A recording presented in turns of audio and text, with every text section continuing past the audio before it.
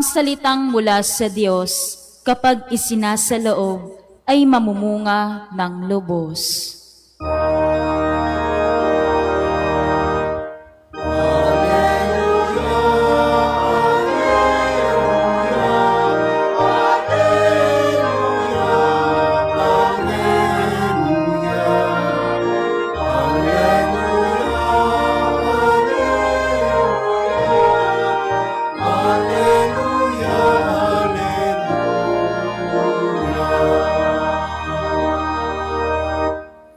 Sumainyo ang Panginoon. At sumaiyo rin. Ang mabuting balita ng Panginoon ayon kay San Lucas. Papuri sa iyo, Panginoon.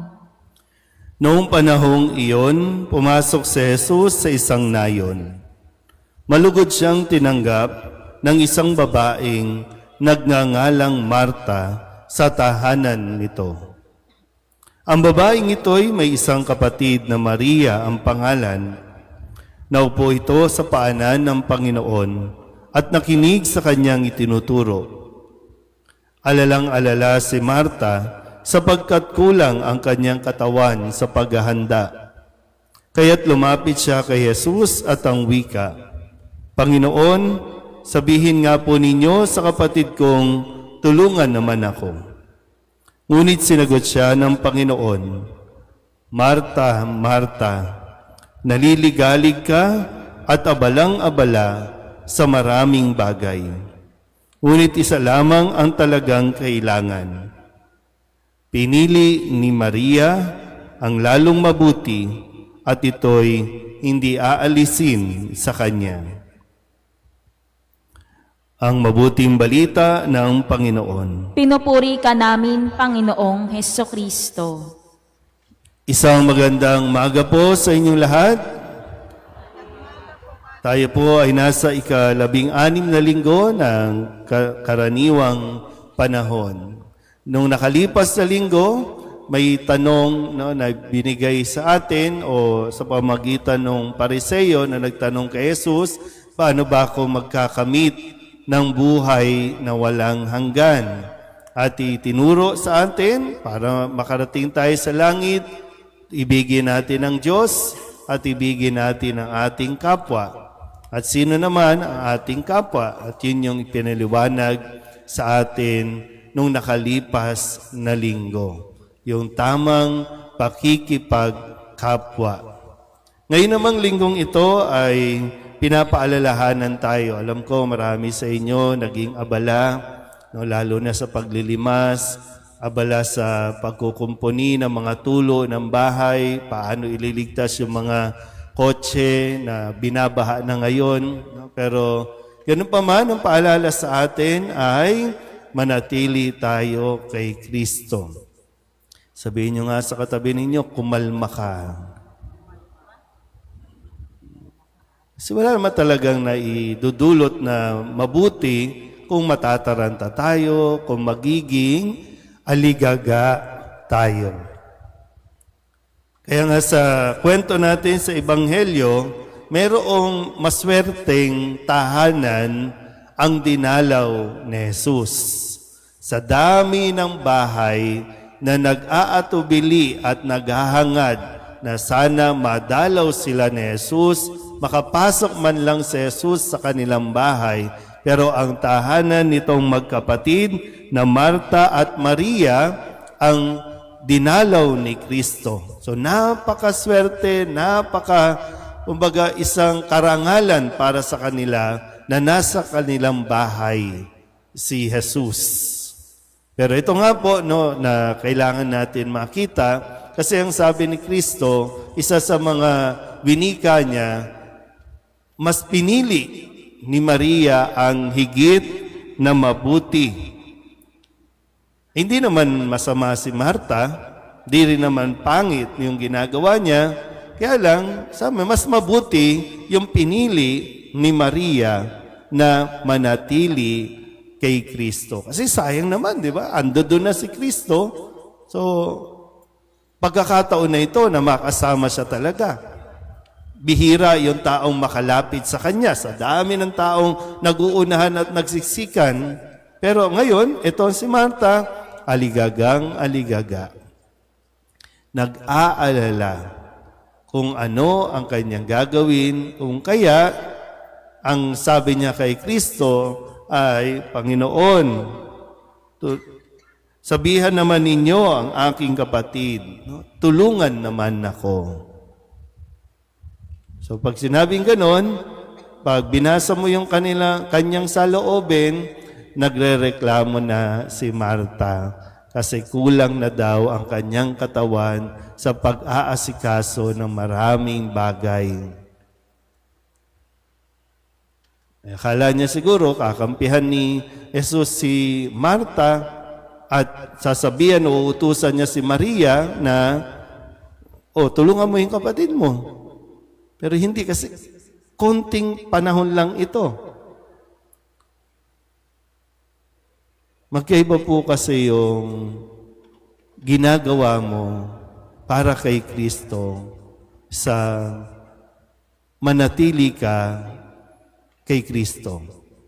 Magkaiba yung ginagawa at naidudulot ng ginagawa mo kesa dun sa ibinibigay mong presensya.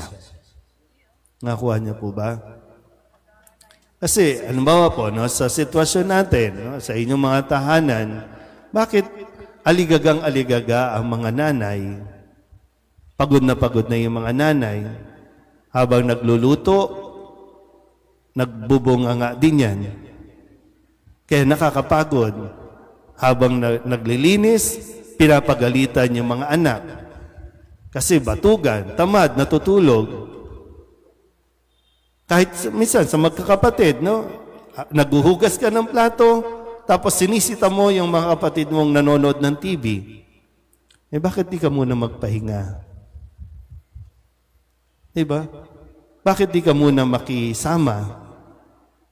Hindi, pagkatapos nun, gawin mo na. Mahirap din kasi yung gawa ka ng gawa, pero ngawa ka rin ng ngawa.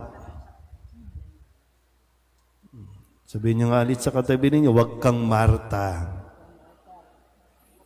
Ngayon, imbis na maging masaya, di ba? May panahon, no? May panahon para sabay-sabay kayong manood, may panahon para sabay-sabay kayong maglaba, may panahon para sabay-sabay kayong maglinis. Pero kung medyo minsan pabida ka, gusto mo mauna ka na, gusto mo sumabay sila sa pacing mo, ikaw, di ba? Kaya nagiging magulo. Yung iba nga, di ba, ang solusyon, sige, para okay tayo ha, manonood tayo ng TV ha, pero hindi na tayo gagamit ng plato, paper plate na lang para mas masaya tayo. Tapon na natin pagkatapos. Parang mas masaya yun, kaysa naman yung, ang ingay-ingay, paano ka makakakain kung hindi pa nga tapos kumain, nagbubunga nga na para, hugasan mabuti, maging sa relasyon natin kay Kristo, nako-compromise at ang ginagamit nating alibay, busy tayo, ang dami nating ginagawa, kaya hindi tayo makapaglaan ng oras na makinig sa Kanya o manahimik man lang kasama si Kristo. Alam niyo, hindi nakakaligtas dyan ng mga taong simbahan, yung mga naglilingkod. Kaya nga pwedeng naglingkod lang sila, pero hindi sila nagsimba. Magkaiba kasi yun eh. Yung hindi porket nasa loob ka ng simbahan, nasa loob ka ng misa, no? Nag-serve ka, pero hindi ka nagsimba. At dahil hindi ka nagsisimba, lingkod ka lang ng lingkod, serve ka lang ng serve, pagod na. At dahil pagod na, nagtuturoan na. Bakit yung organisasyon namin, bakit kami na lang? Bakit yung organisasyon nila hindi masipag, tamad? Nagtuturuan na. Bakit kami na lang lagi ang magbibenta ng ticket para lang makahanap tayo ng pondo sa mga tulo ng simbahan? Bakit kami na lang kami? Puro serve lang kasi. Hindi nagsisimba. Nakukuha niyo po ba yung point? Kaya minsan, tingnan nyo rin, no? Mahalaga po kasi yung presensya sa kahit anong sitwasyon. Sa unang pagbasa, sa kwento ni Abraham at Sarah, may dumating din na bisita. Ito yung Panginoon, dinalaw din sila. At ang ginawa ni Abraham, naghanda, pinagluto. Pagkatapos nun, kasalo siya. Kasama siya doon, ine-entertain niya. Diba, yung pag bumisita ka, diba, yung, papakainin ka, pero nasaan sila? Wala, nandoon, aligaga din. Gusto mo nga bumisita, gusto mo makasama, gusto mo makausap. Maging sa panahon ng paghihirap.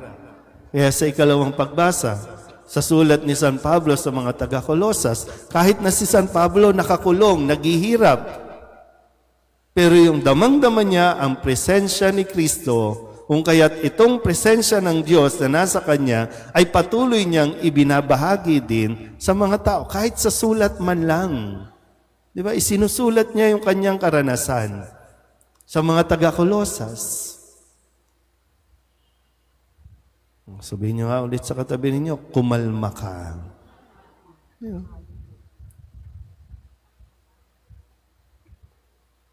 Yung presensya yung mas pagtuunan ng pansin. Pag okay na, then tuloy. Gawa tayo ulit. Magdinis na ulit ng bahay, maglaban na ulit, maglimas na ulit. Minsan kasi, yung karanasan natin, kapag binabaha tayo, di ba, bumabaha pa lang yan, pero parang gusto na nating maglinis, di ba? Linis na tayo hintayin mong matapos yung baha. Kasi kahit anong linis mo, kung hindi pa tumitigil ang ulan, hindi pa umuhupa ang tubig, wala. Dapat nga kasi, di ba, minsan, alam mo namang may darating, di ba? Alam mo namang may darating. Bakit di mo pinaghandaan?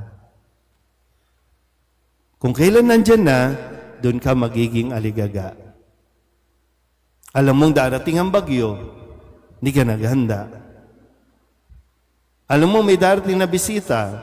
Kung kailan nandyan na, saka ka magpiprito. Saka ka magsasaing. Kaya tuloy, yung oras para magkwentuhan, magkamustahan, nauubos. Quality time.